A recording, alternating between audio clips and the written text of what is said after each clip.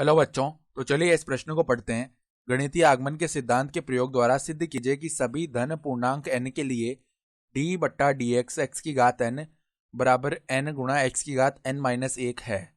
तो यहाँ पर देखो, हमें सभी धन पूर्णांक के लिए n के लिए हमें ये गणितीय आगमन के सिद्धांत से सिद्ध करना है। ठीक है, तो प्रश्न में आगे बढ़ने से पहले इस प्रश्न से संबंधित जो मुख्य अवधारणा है उसकी हम चर्चा कर लेते हैं। तो देखो, मुख्य अवधारणा देखो क्या हो जाएगी। गणितीय आगमन सिद्धांत से गणितीय आगमन के सिद्धांत से यदि Pn कोई समीकरण हो, Pn n बराबर k के लिए सत्य है, n बराबर k के लिए सत्य है, तो n बराबर k प्लस एक के लिए भी सत्य आना चाहिए। n बराबर k प्लस एक के लिए भी सत्य आना चाहिए। यही कहता है गणितीय आगमन का सिद्धांत कि Pn कोई समीकरण है, अगर वो n बराबर k के लिए सत्य आ रहा है तो n बराबर k प्लस एक पर भी वह सत्य आना चाहिए। ठीक है, तो ये तो हो गई बात गणितीय आगमन सिद्धांत की। ठीक है, तो अब देखो, सबसे पहले हम क्या करते हैं, जो Pn है ना सवाल में दिया हो वो लिख लेते हैं। तो Pn बराबर क्या है, d बट्टा में डी एक्स एक्स की घात n बराबर में n गुणा x की घात n माइनस एक। ठीक है, तो अब देखो, सबसे पहले हम Pn की सत्यता की जांच कर लेते हैं n बराबर एक पर। तो माना n बराबर एक पर पहले P1 निकालते हैं, तो इसका पहले हम बायां पक्ष ज्ञात करेंगे। तो बायां पक्ष देखो क्या आ रहा है हमारे पास, d बट्टा डी एक्स एक्स की घात एक। तो x की घात एक का मतलब क्या हो गया, केवल x ही है इसका मतलब। ठीक है, तो x का अवकलन x के सापेक्ष एक होता है। ठीक है, फिर देखो हम क्या करते हैं, इसका दायां पक्ष देख लेते हैं। तो दायां पक्ष क्या आएगा, बराबर में एक गुणा में x की घात एक माइनस एक। तो x की घात शून्य का मतलब एक होता है। तो हम क्या देख पा रहे हैं कि ये जो Pn है ये n बराबर एक पर सत्य है, अतः Pn n बराबर एक पर सत्य है। ठीक है, तो Pn सत्य हो गया n बराबर एक पर। अब हम मान लेते हैं, माना कि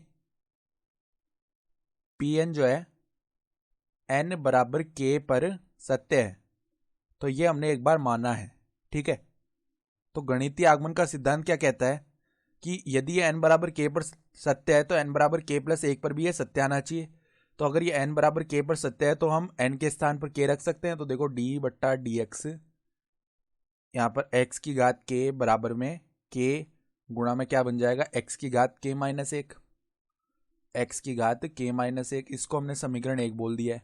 ठीक है, तो अब देखो, अब हम क्या करते हैं, n बराबर k प्लस एक पर पहले दायां पक्ष निकालते हैं। पर दायां पक्ष,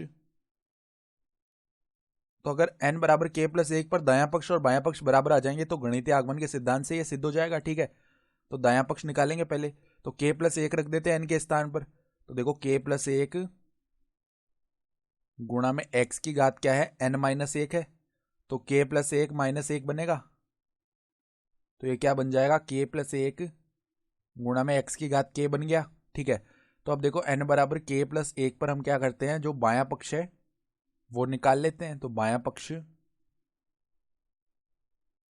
बराबर में देखना क्या है, यहाँ पर है d बट्टा डी एक्स एक्स की घात k प्लस एक बन जाएगा। तो x की घात k प्लस एक का अर्थ क्या है, ये देखो, d बट्टा डी एक्स, इसको हम ऐसे लिख सकते हैं, x की घात k गुणा में x। ठीक है, अब यहाँ पर u गुणा v का हम जिस प्रकार अवकलन करते हैं वो सूत्र लग जाएगा। ठीक है, तो कैसे करते हैं u गुणा v का अवकलन, जब दो फलन गुणा में लिखे हुए हैं तो पहले हम एक फलन को स्थिर करते हैं, गुणा में दूसरे फलन का अवकलन करते हैं, प्लस में फिर हम दूसरे फलन को स्थिर रखते हैं और पहले फलन का अवकलन करते हैं। ठीक है, तो x की घात k को पहले हमने स्थिर रखा और अवकलन कर देंगे किसका, x का। फिर प्लस में देखो, x को स्थिर रखेंगे और अवकलन कर देंगे किसका, x की घात k का।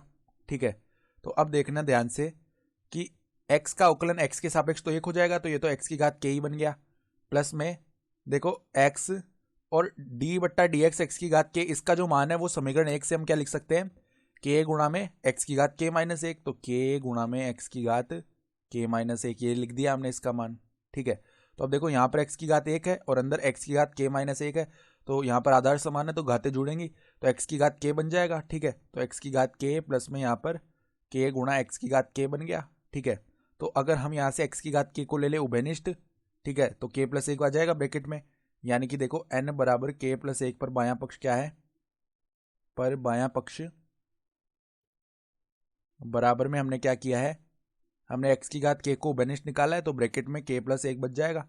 और अगर हम ध्यान से देखें तो n बराबर k प्लस 1 पर जो दायां पक्ष था वो भी यही था, तो हम क्या देख सकते हैं, ये बराबर आ रहा है किसके, दायां पक्ष। तो n बराबर k प्लस 1 पर जो दायां पक्ष है वो बाएं पक्ष के बराबर है, तो हम क्या बोल सकते हैं, अतः जब n बराबर k पर Pn सत्य माना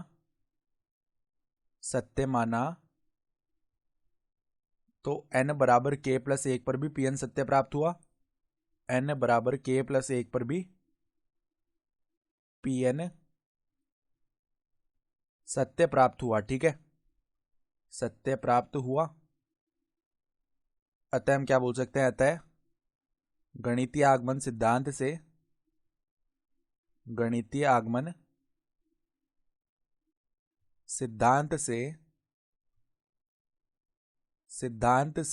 जो Pn है, देखो हमने यहाँ पे जो Pn माना था, गणितीय आगमन सिद्धांत से Pn सभी धन पूर्णांक n के लिए सत्य है, ठीक है। Pn सभी धन पूर्णांक n के लिए सत्य है, ठीक है, सत्य है। और सवाल में यही हमें सिद्ध भी करना था, तो हम क्या बोल सकते हैं, इति सिद्धम, अर्थात दी गई अवधारणा के आधार पर हमने सिद्ध करके दिखा दिया। तो आशा करता हूं कि आपको ये प्रश्न समझ में आया होगा। धन्यवाद।